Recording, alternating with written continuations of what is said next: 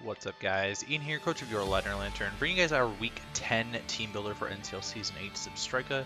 Fair warning, I am recording this after all of the Week 11 content, so I know the result of that match, but you guys don't yet. So, we're taking on Torn in the Odisha Oddishes.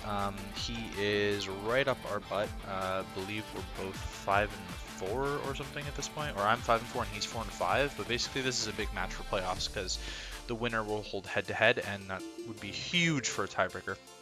His team consists of Cinderace, which is a loud libero. It's pretty much the star of his team. I would definitely expect it to come. Togekiss, Amoonguss, Swampert, Regirock, Rotom, Mega Scizor, Goodra, Weavile, Noctowl, and Jinx. Priority, he's got the Cinderace with Sucker Punch, Mega Scizor with Bullet Punch, and Weavile with Ice Shard, as well as Rotom with Sucker Punch technically. Hazard Setting, he's got the Swampert with Rocks and Regirock with Rocks. Not a ton going on there. I would expect one of them to come, and if it comes, it's probably carrying Rocks. Removal options, he's got the Cinderace with Court Change, Togekiss with Defog, Rotom with Defog, Mega Scizor with Defog, and Noctowl with Defog. And then 4 times weaknesses is the Swampert to Grass, Mega Scizor to Fire, and Weavile to Fighting. In terms of what I don't expect, Jinx and Noctowl are the big two, mainly because Heatran looks amazing in this matchup, and both of them are actually hard-walled by Heatran entirely, so I don't really expect either of them to show up. If they do, I would be very shocked. Jinx is actually something that maybe comes outside of the Heatran, but the Noctowl I don't really think it's going to come. Besides that, I think the Cinderace, Togekiss, Mega Scizor, and Goodra are all coming. I'm pretty confident in all 4 of those showing up. One of Swampert, Regirock, and then probably one of Weavile, Amoonguss, if I had to guess, or it's one of Weavile, Amoonguss, Rotom, basically. That's sort of what I'm anticipating here. Cinderace is by far the biggest threat, but Cinderace plus Mega Scizor and Weavile is a lot of physical offense. He's actually semi-lacking on the special offense on this team. It's mainly Goodra and Togekiss, which, don't get me wrong, they're both decent attackers, but it does make me lean more towards physical offense or physical defense against this team. So starting us off, I've got Nidoqueen, Sheer Force, Black Sludge with Earthquake, Rocks, Poison Jab, Fire Punch. Sheer Force, Fire Punch should definitely be a 2-shot against Mega Scizor. I think with my investment it might be an Oko. I'm not entirely sure on that one. I am running a little bit of speed investment to outspeed no-speed Togekiss. So in case he's like a more bulky defensive Togekiss, I should be able to handle that a little bit better. With Sheer Force, Poison Jab, we'll just bob it in the face. And honestly, nothing wants to take Sheer Force, Poison Jab really, outside of like Swamperts. Like Swampert, Regirock are probably the only things in my mind that would actually want to take a jab from Nidoqueen. I do have Earthquake in those scenarios, but most of the time I'm probably not going to be clicking Earthquake. I could also swap Earthquake out for Toxic. I'm not fully against that. Looking at this team, just Earthquake is like a really good way to hit Goodra, so I'm kind of anticipating that. But this is my rocker for the week, and if I can get rocks up, hopefully they stay. I'm not really sure that he would want to get rid of them all that often, but it is useful for my team. Gardevoir is next. This is a really strong breaker. I'm not going with the defensive-ish speedy Gardevoir that I've brought quite often, but instead I'm just running a modest variant with a lot of just attack investment. You know, this is going to be able to power through some stuff here. Mystical Fire, Hyper Voice, Psyshock, and Destiny Bond. Psyshock is there for Goodra.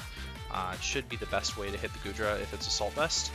And Hyper Voice, modest Hyper Voice should just blow through it. Mystical Fire, if I really want to make a prediction, I don't know that he would necessarily go the Scizor route in terms of trying to wall Gardevoir, especially if he's in with like a Amoonguss and he's scared of Psyshock. I don't really see that Scizor is ever a good play for him, just because that's a really easy mid-ground play for me to make with Amoonguss and Scizor both being weak to fire. So it's more along the lines of like a Togekiss. I could see him wanting to switch in Mega Scizor if he's in with like Togekiss against Gardevoir, or Rotom in against Gardevoir, then he might go Mega Scizor. So I might have to make a little bit of a prediction play with the Mystical Fire there and show it off.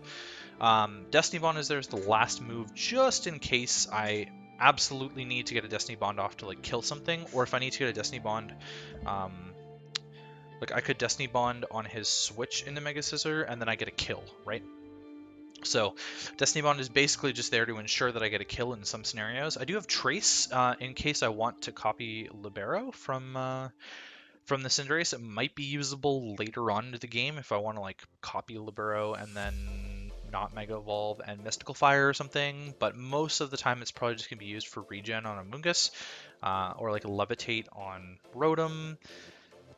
Serene Grace doesn't really do anything for me with Togekiss, so I don't know. Pressure from the Weavile, like there's not a ton of good abilities that I can trace, but Regenerator is good enough that Trace is the option here. I don't really see why Synchronize would be any better, so I am running enough speed on Gardevoir for all of the base 80s. He's got weird speed tiers where it drops from Cinderace down to Jinx. I'm not going to bother creeping Jinx because, again, I don't think Jinx is coming. I'm not going to bother creeping Rotom because I think most times Rotom is going to be scarfed against me anyways, so there's no real reason for me to bring speed investment for that. So I'm outspeeding the Togekiss and the Goodra with the speed investment, which lets me be modest and gives me a little bit extra bulk. I could have run Timid with a lot more bulk, but I think modest is just going to help me power through his fat a little bit better. Just 10% better, but the 10% better might be a significant difference overall, right? Defensive Rotom-Wash. So physically defensive Rotom-Wash is definitely necessary in this game. It's 100% necessary. This is my only Powerball answer, basically, against the Cinderace. It's really my only Cinderace check, but it's also a really effective Mega Scissor check and a really effective Weavile check. So it's kind of covering all three. Ideally, it's not going to have to cover all three. Heatran should be there to back up a little bit of that, which we'll get to later. But Pain Split, Volt Switch, Hydro Pump, and Will-O-Wisp. This is a very standard Rotom-Wash set.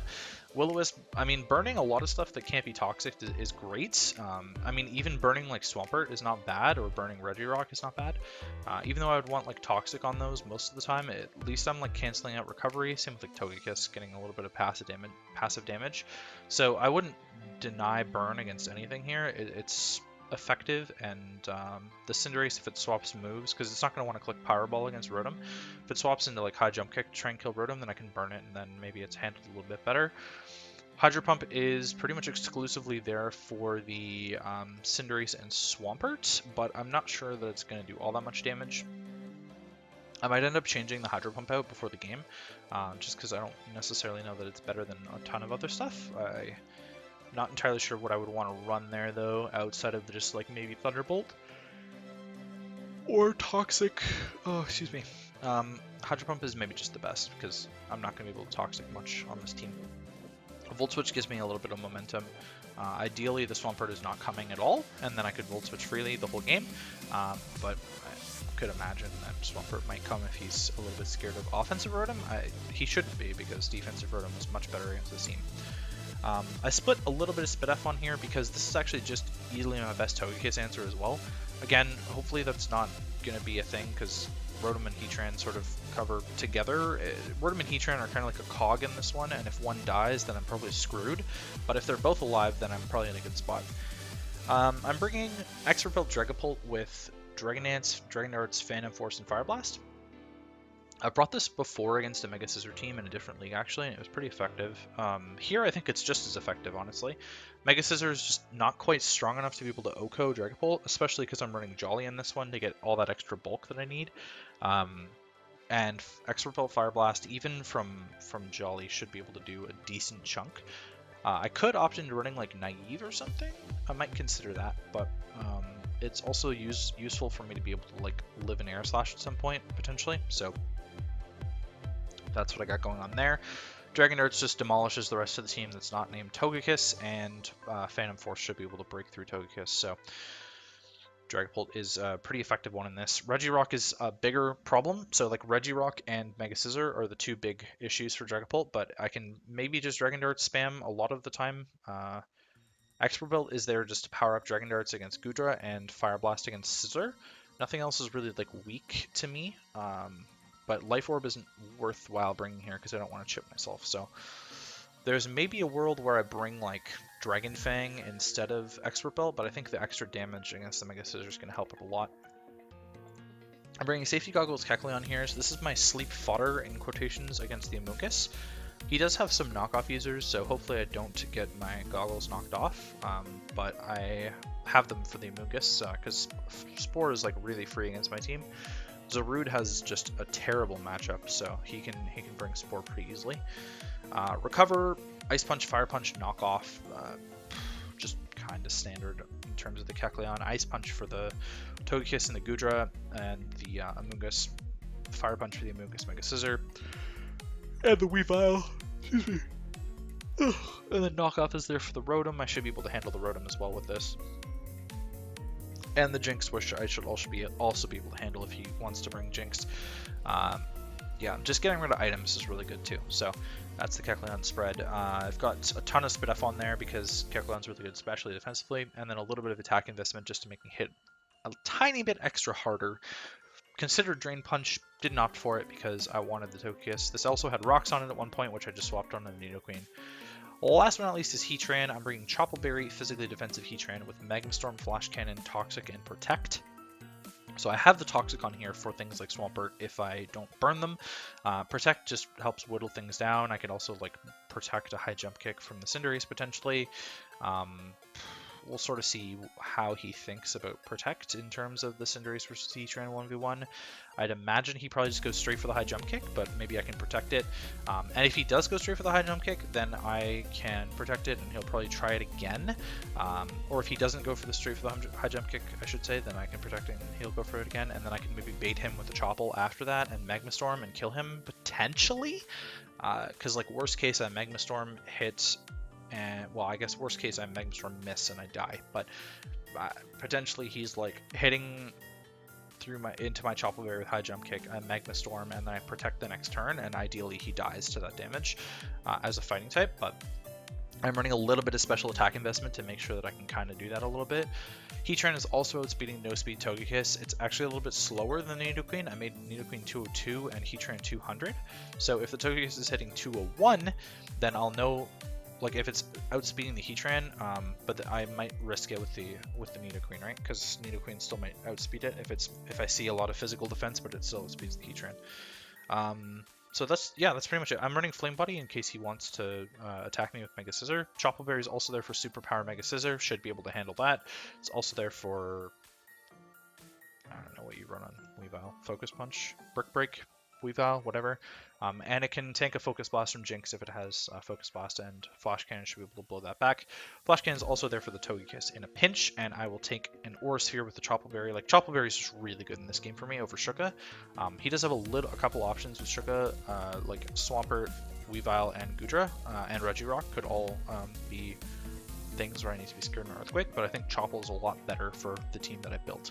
So in terms of what I'm not bringing, Zarude, like I mentioned, is absolutely terrible. Does not match up well against Cinderace, Togekiss, Amoonguss, Mega Scissor, or Weavile whatsoever. It's really bad against all of those, even the Noctowl, to be honest. But yeah, Zarude really bad in this game.